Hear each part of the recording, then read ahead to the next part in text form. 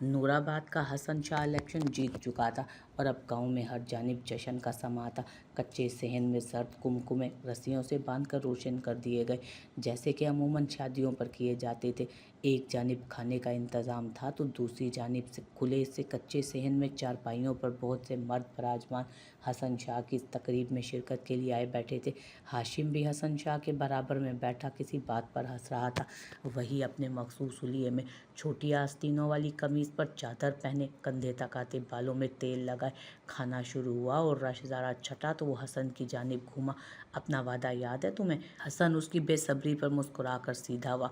कलफ लगे सफ़ेद कड़क से लिबास में उठी मूछों के साथ वो खासा बारूब लग रहा था। और जो काम मैंने तुमसे कहा था वो किया तुमने? हाशिम ने गहरा सांस लेकर बालों को हाथ से पीछे किया। मुझे कुछ वक्त लगेगा उसे जांचने में। वैसे लगाया तो है मैंने एक आदमी के ज़िम्मे काम। जैसे कुछ पता चलेगा तो मैं इत्तला कर दूंगा। कोई काबिल भरोसा इंसान है ना जिसे सूंघकर जांचने पर मामूर किया तुमने? हसन के सवाल पर उसने गर्दन हिलाई। बेफिक्र रहो, जल्दी हमें कुछ ना कुछ ऐसा ज़रूर मिल जाएगा उसके खिलाफ जिसे हम उसके खिलाफ इस्तेमाल कर सकेंगे। ठीक है, चलो अब खाना खाते हैं। उसकी पीठ थपथपा कर वो उठा तो हाशिम भी उसके साथ ही उठा था। दूसरी जानिब रात की मुहिब तारीकी में कोई डेरे में आहिस्ता से दाखिल हुआ, फिर आहिस्तगी से दरवाज़ा बंद करता अंदर चला आया। जाने पहचाने रास्तों पर कदम उठाता वो ऑफिस के अंदरूनी हिस्से में चला आया। माँ वली क्यों कहती है कि मैं उसे जनाजा दूँ? क्या वो इस दुनिया में बिल्कुल अकेला है? क्या कोई भी नहीं है जो उसे मरने के बाद ऑन करे? वो मासूमियत से चेहरा उठाए कांता को देखता सवाल कर रहा था। उसने जख्मी सा मुस्कुराकर जैन को देखा। नहीं, कोई नहीं है जो उसे ऑन कर सके, इसीलिए तो तुम्हें कहा गया है, इसीलिए तो वादा लिया उसने तुमसे। वली उस वक्त हवेली के गेट से बाहर निकला था। कोनियों तक आस्तीनें चढ़ाई, बाहर बरसते कोर से बेनियाज। मगर वो तो इतना अच्छा है, कोई उसे क्यों डिसऑन करेगा? उसके सवाल में अब की बेचैनी थी। उसने बारीक बनी पगडंडियों पर कदम बढ़ाए। दूर तक सरसों के खेत फैले थे, दूर कहीं मकई भी पक चुकी थी। अमल अब तक सुन बैठी लाउंज में लड़कियों के गीत सुन रही थी। वो अच्छा है जैन, बहुत अच्छा है, लेकिन उसके आसपास के लोग अच्छे नहीं। उसके ऑफिस की लाइट बंद थी और स्याह हुडी सर पर गिराए शख्स अब झुककर टेबल से कोई फाइल निकाल रहा था। उसके हाथ में टॉर्च थी और अब के उसने टॉर्च मुंह में दबाई और सामने कागज़ खोलने लगा। वो सरसों के खेत को देखता आहिस्ता आहिस्ता कच्चे रास्ते पर कदम उठा रहा था। जानते हो मौत क्या होती है? वो जो तुमने उस कुत्ते को दी, मौत वो होती है। और देखना वली, किसी दिन कोई तुम्हें भी इसी तरह मार कर किसी कोने में डाल देगा और तुम भी उस कुत्ते की तरह बेसुध जानिब पड़े रहोगे। कोई नहीं होगा जो तुम्हें दफनाएगा, कोई तुम्हें जनाजा नहीं देगा। 14 साला लड़का दीवार के साथ सहमा सा लगा बैठा था। उसके जिस्म पर जा बजा तशद्दुद के निशान आते, नीले और गहरे जामनी से। कुछ जगहों से निकला खून वहीं जम गया था और जख्म खुश्क होने की वजह से और तकलीफ देने लगे। उसने सर झटका, न जाने कब ये सब उसका पीछा छोड़ेगा। उसके ऑफिस का दरवाज़ा बंद करके बाहर निकलता लड़का अब तक हुडी में सर दिए हुए था। उससे उसका चेहरा वाज़ेह नहीं हो रहा था। ऐसा क्यों होता है कि हम बहुत अच्छे होते हैं मगर हमें लोग अच्छे नहीं मिलते? भूख और दर्द की शिद्दत से बिलबिलाता लड़का बार बार तारीख कबाड़ खाने का दरवाज़ा बजा रहा था। खोलो, कोई तो खोलो, मुझे भूख लगी है, मुझे खाना दो। उसकी आवाज़ लरस रही थी। सख्त सर्दी, ऊपर से भूख की शिद्दत। उसके आंसू मुसलसल गालों से लुढ़क रहे थे और वो उन्हें साफ किए बिना दरवाज़ा पीट रहा था। खोलो, मुझे भूख लगी है। उसने लॉक को ज़ोर ज़ोर से घुमाया मगर वो मुकफ़्फ़िल था। अल्लाह अपने अच्छे बंदों का इम्तहान लेता है जैन, वो अच्छे लोगों को ही आजमाता है। लड़का अब दरवाजे का लॉक पकड़े बैठा रो रहा था। उसका लिबास जगह जगह से फटा था। उस पर खून के चंद छींटे भी लगे थे जो उस कुत्ते के थे जिसको उसने मारा था। खोलो, मुझे भूख लगी है। उसने गहरा सांस लेकर सब कुछ पीछे धकेलना चाहा मगर वो बिलखता लड़का आज भी उसके अंदर जिंदा था। बस वो मर ही गया था, बस वही मर गया था। और अगर कोई सख्त टेस्ट की वजह से मर जाए फिर? कानिता उसे चंद पल खाली खाली नज़रों से देखती रही। उस सवाल का जवाब तो उसके पास भी नहीं था। हुडी वाला लड़का अब डेरे से बाहर निकलकर दूर होता जा रहा था। तारीकी में कदम उठाता वो भी उस तारीकी का हिस्सा लग रहा था। अमल की नज़रें बार बार दरवाजे की जानिब उठ रही थीं। काश के वो आ जाए, शायद कि वो आ जाए। उसे बस एक नज़र देखना था। उसकी आंखों में छाई वीरानी इस अंधेर होती रात में भी महसूस की जा सकती थी। लोगों ने उसे मारने की बहुत कोशिश की थी, उसे हर तरह से अजियत दी कि वो खामोशी से दम दे दे, मगर वो फिर भी जिंदा रहा। कौन जानता था कि मस्जिद के बाहर डला बच्चा बच जाएगा, लेकिन वो बच गया था। वो बच्चा जिंदा था और आज तक जिंदगी को काटता वो उसी मस्जिद के बाहर पड़ा था जहाँ से उसे उठाया गया था। तंगो तारीख कबाड़ खाने में खून और ठंडे गोश्त की अजीब सी बदबू फैली हुई थी।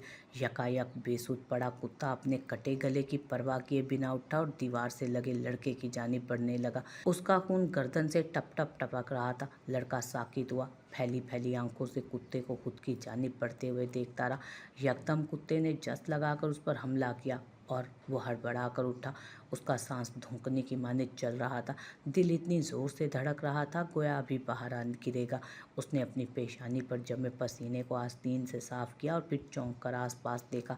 कमरा लैंप की मध्यम रोशनी में नीम तारीख लग रहा था, सुकून में डूबा, खामोश। ओह, उसके लबों से सांस खारिज हुई। ख्वाब था, हाँ बस ख्वाब। बुड़बुड़ाता हुआ कंबल खुद पर से हटाकर वो बिस्तर से निकला और चंद पल यूं ही पैर लटकाए बैठा रहा। ये ख्वाब अब उसकी ज़िंदगी का हिस्सा बन चुके थे और उस कुत्ते को जिसे उसने मार दिया था उसे वो अक्सर अपने ख्वाबों में दिखाई देता। कभी हुसैन को देखता जो उस पर झुका पूरी कुव्वत से उसका गला दबा रहा होता, कभी वो स्याह सुरंग उसके जहन में आ जाती जिसमें उसने बहुत सी रातें गुजारी थी। सर झटक कर सोचों से जहन को आज़ाद करता वो वॉशरूम की जानिब बढ़ गया। कुछ देर बाद बाहर निकला तो अब उसका चेहरा धुला हुआ था, हाथ कोहनियों तक गीले थे, माथे पर बाल नम थे। उसने जरा सर हिलाया और नम बाल लहराए, उनसे बहुत से कतरे टपक कर गिरे। फिर उसने तौलिए से बाल खुश करके उन्हें हाथों की कंघी से पीछे किया और फिर दीवार पर लगी घड़ी में वक्त देखता लैंप की जानिब आया। 3:30 बज रहे थे। तौलिया फैलाकर सोफे की पुष्ट पर डाला और जाय नमाज बिछाता उस पर खड़ा हुआ। वो ऊपर वाले से शिकवा नहीं करता था तो उससे दुआ मांगने से भी गुरेज करता था। उसका अभी उससे ऐसा ताल्लुक था ही नहीं कि जिसमें वो उससे लंबी लंबी दुआएं करता, शिकवे करता। उसका बस उससे इतना ही ताल्लुक था कि वो नमाज पढ़ ले या फिर दूसरों से उसका जिक्र सुन ले। बस उसने कभी उसकी जानिब बढ़ने की कोशिश नहीं की थी और उसके लिए अजनबी अजनबी सा था, एक अकीदे की तरह कि वो बस है। उसके पास कैसे जाया जाता है, उससे बात कैसे की जा सकती है, उससे शिकवे कैसे किए जाते हैं, उसे ये सब नहीं आता था और ना उसने जानने की कोशिश की थी। अमल कभी कभी कहती थी कि अल्लाह सुनता है, जैसे वो सुनता है वैसे कोई नहीं सुनता, मगर उसे इस बात पर यकीन नहीं आता था। जो उसके तार तार ज़ात को देखकर भी अनजान बना हुआ था वो उससे बोलकर क्या करता, यही उसकी सोच थी। और ऊपर वाले से ताल्लुक, इसके आगे फुल स्टॉप। बस इसी स्पार्टपन के साथ उसने नीयत बांधी और सर झुकाकर हाथ बांधे मध्यम आवाज़ में पढ़ने लगा। उस तारीख सी सर्द रात में करम एक कब्र के बराबर वीरान सा बैठा था। कब्रिस्तान की गहरी खामोशी में सैकड़ों कब्रें दूर दूर तक सोई हुई थी। उनमें से कुछ पक्की थीं तो कुछ कच्ची और कुछ बिल्कुल ताज़ा जिन पर फूल पड़े थे और गीली मट्टी की महक में काफूर की बू रची बसी थी। वो अकड़ों बैठा घुटनों में सर दिए हुए था। सर्द हवा से सारा कब्रिस्तान स्याह, रात की तारीकी में अजीब पुरस्कार सा लग रहा था। उसने सर उठाकर हाथ जरा आगे बढ़ाया और 3-4 साल पुरानी कब्र की खुश्क मट्टी पर उंगली से लकीरें खींचने लगा। एक आंसू उसकी आंख से लुढ़का जिसे उसने बेदर्दी से रगड़ दिया। मैं उनको नहीं छोड़ूंगा आपा, मैं एक एक की जान लूँगा, एक एक को अपने हाथों से कत्ल करूँगा। आप बस थोड़ा सा सब्र कर लें, मैं जल्द आपके पास आऊँगा और अब की बार खाली हाथ नहीं लौटूंगा, बल्कि उसका कटा हुआ सर लाऊंगा जिसने आपको इस कब्र में सुलाया। हाँ आपा। वो फिर से कब्र पर लकीरें खींचता बुड़बुड़ा रहा था। अब के उसकी आंखों की नमी में सुर्खी घुली थी, गहरे ज़ब्त की सुर्खी, इंतकाम की सुर्खी। वली ने सलाम फेर कर खाली खाली नज़रों से सामने दीवार को देखा और फिर चंद लम्हे वैसे ही बैठा रहा। उसने नमाज पढ़ी थी रात के आखिरी पहर में, उस पहर में जब आसमान दुनिया पर खुदा वालों के बहुत करीब हुआ करता है। लोग कहते थे कि इस पहर में नमाजें अदा करने वाले उसके महबूब हुआ करते हैं, उनके दिल रोशन और अरवाह मुतमईन होती हैं। मगर उसके अंदर इतनी खामोशी क्यों थी? वो कुछ क्यों भी उसके लिए महसूस नहीं कर पा रहा था। उसने दिल पर हाथ रखकर उसे महसूस करना चाहा, मगर फिर बेजारी से सर झटक कर उठकर बैठ गया, जाए नमाज लपेटा और उसे बिस्तर पर आकर लेट गया। फिर से उसे याद था बचपन में ज़मान जब उसे हाथ पकड़कर मस्जिद ले जाया करते थे, तब वो उन्हें फजर की नमाज में طویل قیام کرتا دیکھ سوچتا تھا کہ آخر یہ اس میں کیا پڑھتے ہوں گے۔ پھر ایک دن اس نے ان سے پوچھ ہی لیا۔ وہ مسکرا کر اس کا ہاتھ پکڑے مسجد سے نکل آئے۔ ان دنوں اس کی عمر 9 سال تھی۔ وہ ان کی انگلی پکڑ کر مسجد جاتا اور انہی کے ساتھ واپس آتا۔ اسے زمان کے ساتھ بہت سکون ملتا تھا۔ میں اللہ کا قرآن پڑھتا ہوں۔ انہوں نے مسکرا کر گردن جھکائی اور چھوٹے سے ولی کو دیکھا۔ اس نے ناسمجھی سے سر اٹھایا۔ وہ تو میں بھی پڑھتا ہوں، مگر میری نماز تو اتنی جلدی ختم ہو جاتی ہے، اور آپ کچھ چھپا رہے ہیں نا؟ اب کہ اس نے سمجھتے ہوئے مشکوک ابرو اٹھائے تھے تو زمان ہنس پڑے۔ فجر کی پاکیزہ ٹھنڈک میں چلتے وہ دونوں نیلی سی روشنی میں بہت مدھم دکھائی دیتے تھے۔ میں کیوں چھپاؤں گا بھائی تم سے؟ بس میں اپنی فیوریٹ سورت پڑھتا ہوں، اسی لیے نماز تھوڑی لمبی ہو جاتی ہے۔ اور آپ کی فیوریٹ سورت کون سی ہے؟ اس نے چونکہ نیا قرآن ختم کیا تو اس کا جوش بجا تھا۔ عنکبوت، میری فیوریٹ سورہ عنکبوت ہے۔ عنکبوت، اس نے زیر لب دہرایا۔ اس میں کیا ہے ایسا کہ یہ آپ کو اتنی پسند ہے؟ وہ یاسیت سے مسکراتے ہوئے نیلی روشنی میں ڈوبے گاؤں کو دیکھ رہے تھے۔ اس میں گھر کی بات ہے ولی۔ گھر کی؟ کس کے گھر کی؟ اسے اچنبھا ہوا۔ حویلی اب نظر آنے لگی تھی۔ وہ کچی پگڈنڈی پر چلتے گھر کے قریب پہنچ چکے تھے۔ مکڑی کے گھر کی بات ہے اس میں، اس گھر کی جو دنیا کا سب سے کمزور گھر ہے، اس گھر کی جو ایک جھٹکے میں ٹوٹ جاتا ہے۔ جو گھر ایک جھٹکے میں ٹوٹ جائے اور جو سب سے کمزور گھر ہو، اس سورہ میں یہ ہے؟ پھر بھی اس میں پسند کرنے والی کیا بات ہے؟ زمان کو اندازہ تھا کہ وہ ایک ذہین بچہ ہے، پھر بھی جو بات وہ اسے سمجھائیں گے وہ اس کی سمجھ سے اوپر ہوگی، مگر وہ اسے سمجھانا چاہتے تھے۔ کبھی نہ کبھی بڑے ہو کر ان کے پیغام کو ڈی کوڈ ضرور کر لے گا، اتنا اندازہ انہیں تھا۔ وہ رک کر اس کے سامنے پنجوں کے بل بیٹھے، اسے دونوں کندھوں سے تھاما اور اس کی آنکھوں میں دیکھا۔ حویلی بس چند قدم کے فاصلے پر تھی اب۔ اس میں دنیا کے گھر کی بات ہے ولی، اس میں اس گھر کی بات ہے جو دنیا کا کمزور ترین گھر ہے، اور پھر اس گھر کو تشبیہ دی گئی ہے دنیا سے۔ مجھے یہ صورت اس لیے اچھی لگتی ہے کیونکہ اس میں موجود مکڑی کا ذکر مجھے اپنا ذکر لگتا ہے۔ اس میں میں اس سے خود کو ریلیٹ کر پاتا ہوں۔ اللہ کہتے ہیں کہ مکڑی کا گھر کمزور گھر ہے جو ایک جھٹکے میں ٹوٹ جاتا ہے، اسے توڑنے کے لیے زیادہ محنت نہیں کرنی پڑتی۔ مگر جانتے ہو کیا؟ وہ مسکرائے تھے۔ اس مکڑی کو معلوم ہوتا ہے کہ اس کا گھر انتہائی کمزور ہے، بالکل بیکار، مگر پھر بھی وہ دن رات محنت کرتی ہے، اس گھر کو سجاتی ہے، بناتی ہے، اور وہ یہ سب کرتے تھکتی بھی نہیں۔ اور اگر اس کا گھر ٹوٹ بھی جائے تو وہ دوبارہ بنانے لگتی ہے۔ میں بھی تو ایسا ہی ہوں نا ولی، بار بار دنیا بنانے لگ جاتا ہوں، حالانکہ مجھے پتا ہے کہ ایک دن اس گھر کو ختم ہو ہی جانا ہے۔ مجھے معلوم ہے کہ میں جو کچھ بھی بنا رہا ہوں وہ پائیدار نہیں ہے، یہ سب فنا ہونے والا ہے۔ مگر تمہیں ایک بات بتاؤں، انسان کو جتنی بھی نصیحت کی جائے وہ بھول جاتا ہے۔ اسے یاد رکھنے کے لیے ضروری ہوتا ہے دہرانا، بار بار خود کو یاد دلانا۔ تو جب بھی میں دنیا کے پیچھے بھاگنے لگتا ہوں یا اپنے اس گھر کی فکر میں اس گھر کو بھول جاتا ہوں جو زیادہ پائیدار ہے، تب میں اس سورہ کی تلاوت کرتا ہوں جو مجھے دوبارہ سے لائن پر لے آتی ہے۔ وہ اس کا گال تھپ تھپا کر اٹھ کھڑے ہوئے تو وہ قدم حویلی کی جانب بڑھا گئے۔ زمان جانتے تھے کہ ان کی باتیں ابھی اسے سمجھ نہیں آئیں گی، مگر انہیں اتنا یقین تھا کہ وہ انہیں جلد سمجھ جائے گا۔ اس پہر رات کے اندھیرے میں اپنے بستر پر دراز ولی کو پیغام سمجھ آ گیا تھا۔ اس نے زخمی آنکھوں سے چھت کو دیکھا۔ مکڑی کا گھر کتنا بھی ناپائیدار ہو سردار بابا، وہ بہرحال گھر ہوتا ہے جس میں وہ خود کو محفوظ محسوس کرتی ہے۔ میں کتنی بھی کوشش کر لوں، جانتا ہوں کبھی گھر نہیں بنا سکوں گا، کمزور سا بھی نہیں، مگر میں اس گھر کی تیاری بھی نہیں کروں گا جو اس دنیا کے بعد ہے، کیونکہ اس نے اپنی نشان زدہ ہتھیلی کو سامنے کیا۔ اب مجھے کسی بھی قسم کے گھر پر یقین نہیں رہا، نہ اس دنیا کے گھر پر نہ اور اس سے باہر کی دنیا کے۔ وہ اب تک ہتھیلی کو دیکھتا سوچ رہا تھا، جس پر لگا زخم تو مندمل ہو گیا تھا، ہاں البتہ نشان رہ گیا تھا، نشان جو زخم بھرنے کے بعد بھی رہ جایا کرتے تھے۔ صبح سفید حویلی میں خوب چہل پہل ہو رہی تھی۔ ملازمین عام روز کے برعکس زیادہ مستعدی سے کام نپٹاتے دکھائی دے رہے تھے۔ چمکتے ٹائلز والے لاؤنج میں ناشتے کے بعد زمان اور بی جان بیٹھے ہوئے شاید مہمانوں کی فہرست بنا رہے تھے۔ دائیں ہاتھ والے صوفے پر براجمان نثار اور بختیار شادی کے کھانے کے بارے میں محو گفتگو تھے، اور ان کے مخالف صوفے پر پیر اوپر کر کے بیٹھی امل پرجوش سی بی جان کے کندھے سے جھانک کر مہمانوں کی فہرست دیکھ رہی تھی۔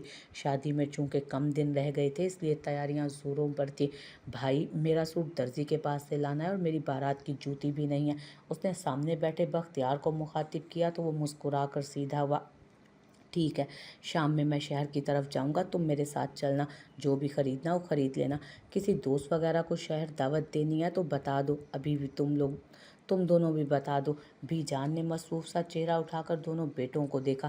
جی بی جان، میں نے دینی ہے، فخر اور شاہ زیب کو نثار جلدی سے بولا تو بی جان کی نظریں بختیار پر پھسلیں۔ نہیں، میرا کوئی ایسا خاص دوست نہیں، جو بھی ہیں انہیں میں دعوت دے چکا ہوں، اس نے کہہ کر اپنا بجتا موبائل سامنے کیا اور لاؤنج سے اٹھ گیا۔ زمانی عمل کی دوستوں کو بلانا ہے، جو بھی نام ہے اس میں لکھ دو، پیغام بھجوا دوں گا میں سب کو۔ زمان بھی کہہ کر اٹھ گئے تو وہ تینوں لاؤنج میں تنہا رہ گئے۔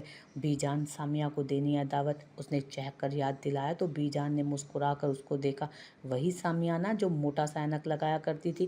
نثار نے اسے جان کر چھیڑا، مگر خلاف معمول اس نے خوش دلی سے مسکرا کر کہا، جی نہیں، وہ بچپن میں لگایا کرتی تھی چشمہ، اب اس نے لینس لگوا لیا۔ مزے سے اطلاع دی گئی، جو بھی ہے لگتی تو ویسے ہی ہوگی نا، بونگی صدا کی۔ اب کہ حملہ ذرا دوسری نوعیت کا تھا، اس نے درزیدہ نگاہوں سے نثار کا چہرہ دیکھا۔ کوئی نہیں، وہ بونگی اچھی خاصی سمجھدار اور پیاری لڑکی ہے، اور اب تو اس کی شادی بھی ہو چکی ہے، اب زیادہ مت بولا کریں، خفگی سے کہا گیا۔ دوست کو دیکھو اپنی، شادی بھی ہو گئی اس کی اور ابھی تک تم یہاں پر ہو۔ بی جان، شادی کریں اس کی بھی اور سسرال بھیجیں اس کو اس کے۔ ہاں تو آپ بھی یہاں ہیں نا بی جان، بھیجیں انہیں بھی ان کے سسرال، اسی کے انداز میں کہا تو وہ ہنس دیا۔ لڑکیاں جاتی ہیں سسرال، لڑکے نہیں؟ نہیں، میں نے کچھ لڑکوں کو بھی سسرال جاتے دیکھا ہے، میں ان لڑکوں میں سے نہیں ہوں، کیا پتہ آگے جا کر ہو جائیں۔ بی جان نے فہرست سائڈ پر رکھتے ٹیبل پر دھری اور اٹھنے ہی لگی تھی کہ سامنے سے ولی داخل ہوا۔ بی جان، سردار بابا کہاں ہیں؟ اس نے سوال کیا تو نثار اور عمل نے بیک وقت اسے سر اٹھا کر دیکھا۔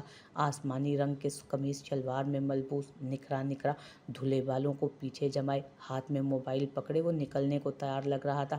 ہاں، اس کے کاندھے پر آج شال نہیں تھی، اوپر گئے ہیں، کہہ رہے تھے کہ آج جائیں گے ڈیرے پر۔ اچھا، اس نے بے اختیار کہا۔ عمل نے ہونٹ مسک کرتے اس کے خوبصورت سراپے سے نظر چرائی۔ کیا اسے نہیں پتا تھا کہ وہ اس رنگ میں کتنا اچھا لگ رہا ہے؟ اس نے خفت سے سوچ کر آنکھیں میچی۔ چلیں ٹھیک ہے، پھر میں ان سے وہیں بات کر لوں گا۔ نثار کی تیوری اسے دیکھتے ہی چڑھ گئی تھی، اس لیے اسے دیکھتے ہی یکسر نظر انداز کرتا وہ باہر کی جانب بڑھ گیا۔ وہ نہ تو رد عمل دیتا تھا اور نہ ہی دیا، البتہ اس نے جھکے سر والی عمل کو ضرور دیکھا۔ وہ اپنے سیاہ فراک میں ملبوس، سر پورا جھکائے، انگشت شہادت سے انگوٹھے کا ناخن چھیل رہی تھی۔ بے تاثر سا ولی پلٹنے لگا کہ زمان کی آواز پر رک گیا۔ ٹھہرو ولی۔ اب وہ سیڑھیوں سے اتر رہے تھے، سفید بے داغ لباس پر کتھئی شال کندھوں پر ڈالے، وہ ہمیشہ کی طرح شفیق اور باروب سے لگے۔ وہ رک گیا۔ میں تمہارے ساتھ ہی جاؤں گا۔ اس کے بے تاثر چہرے پر مسکراہٹ ابھری۔ جی سردار بابا، کیوں نہیں؟ بہت دنوں بعد ان کے اندر وہی 9 سال والے ولی کی خوشی نے سر اٹھایا تھا۔ ٹھنڈی فجر آج بھی کہیں نہ کہیں اس کے آس پاس تھی۔ برخوردار، تم نے اپنے دوستوں کو بلانا ہے شادی پر؟ انہوں نے ایک پل کو رک کر اس سے پوچھا تو اس کی مسکراہٹ غائب ہوئی، چہرہ سنجیدہ ہوا۔ نہیں سردار بابا، میرا کوئی دوست نہیں، بس ڈیرے پر کام کرنے والوں سے سلام دعائیں، وہ تو ویسے بھی آئیں گے، اور کوئی خاص مہمان نہیں۔ بی جان اور عمل چپ چاپ اس کا چہرہ دیکھنے لگی، مگر وہاں کوئی تاثر، کوئی نشان نہ تھا۔ زمان نے قدم آگے بڑھائے اور اس کے ساتھ باہر نکلے۔ کپڑے وغیرہ سلوائے ہیں تم نے شادی کے لیے یا وہ بھی نہیں؟ ان کے خفا سے استفسار پر وہ مسکرایا۔ میرا کوئی ارادہ نہیں تھا، مگر بی جان نے زبردستی سلوا دیے ہیں کپڑے میرے لیے۔ گاڑی میں بیٹھتے ہوئے زمان نے اس پر ایک اور خفا نگاہ ڈالی تو وہ کھل کر مسکرایا۔ آپ میرے لیے کیوں فکر مند ہوتے ہیں سردار بابا؟ بچہ نہیں ہوں میں، مگر میرے لیے تو اب تک وہی ولی ہو جو روز فجر میں میری انگلی پکڑ کر مسجد جایا کرتا تھا۔ انہوں نے دھیرے سے کہا، پھر بھی اس نے سن لیا اور چونک کر ان کی جانب دیکھا۔ گاڑی ایک بار پھر کچے راستوں پر دوڑ رہی تھی۔ آپ کو یاد ہے ابھی تک؟ موڑ کاٹتے اس نے دھیرے سے کہا تو وہ مسکرا دیے۔ اتنے خوبصورت لمحات بھولنے کے لیے تو نہیں جمع کیے تھے میں نے۔ تم اپنی دانش میں جتنے بھی بڑے ہو جاؤ جناب، میرے لیے وہی ولی ہو جس کے سوالات پر میں اکثر خاموش ہو جایا کرتا تھا۔ کیا تمہیں یاد ہے کہ تم کیسے کیسے سوال کیا کرتے تھے؟ ایک پل کو رک کر انہوں نے اس کا چہرہ دیکھا تو وہ مسکرایا۔ اتنے خوبصورت لمحات بھولنے کے لیے تو نہیں جمع کیے تھے نا میں نے۔ زمان ہنس پڑے۔ بہت دنوں بعد انہیں پرانا ولی نظر آیا جو اپنی باتوں سے انہیں لاجواب کر دیا کرتا۔ اب لگ رہا ہے کہ بڑے ہو گئے ہو، حالانکہ میں یہ بچپن میں کیا کرتا تھا۔ لطف اندوز ہوتے اس نے کہا تو زمان پھر سے ہنس دیے۔ تم سے جیتنا، وہ بھی باتوں میں، مجھ جیسے بوڑھے کے لیے ذرا مشکل ہے۔ بوڑھے کہاں ہیں آپ؟ अब्रू सुकेड़ कर एक पल के लिए उसने ज़मान को देखा।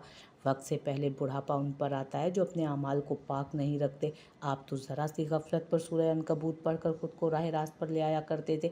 ज़मान ने बहुत चौंक कर उसे देखा। वो बहुत मसरूफ़ सा ड्राइव करता कह रहा था, इतनी पुरानी बात तुम्हें इतनी जुजियात के साथ कैसे याद है वली?